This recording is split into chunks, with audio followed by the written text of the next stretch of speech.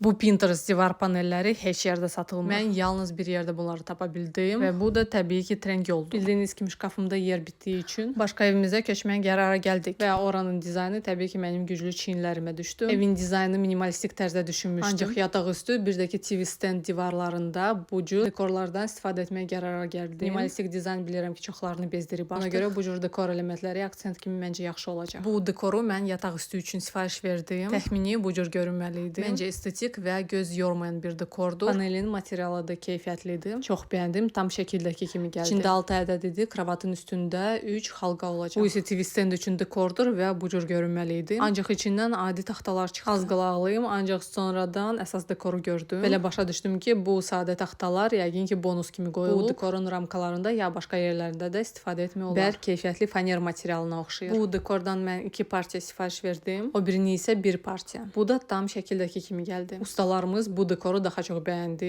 Belə yer üstündə düzdük, təxmin etdik divarda necə görünəcək. Məncə çox gözəl və estetikdir. Bunları yəqin ki ustalarımız silikon kley ilə divara yapışdıracaqlar. Üstünü də rəngləyəcəklər. Səhifəmi mütləq izləyin. Divarda hazır variantı da göstərəcəm.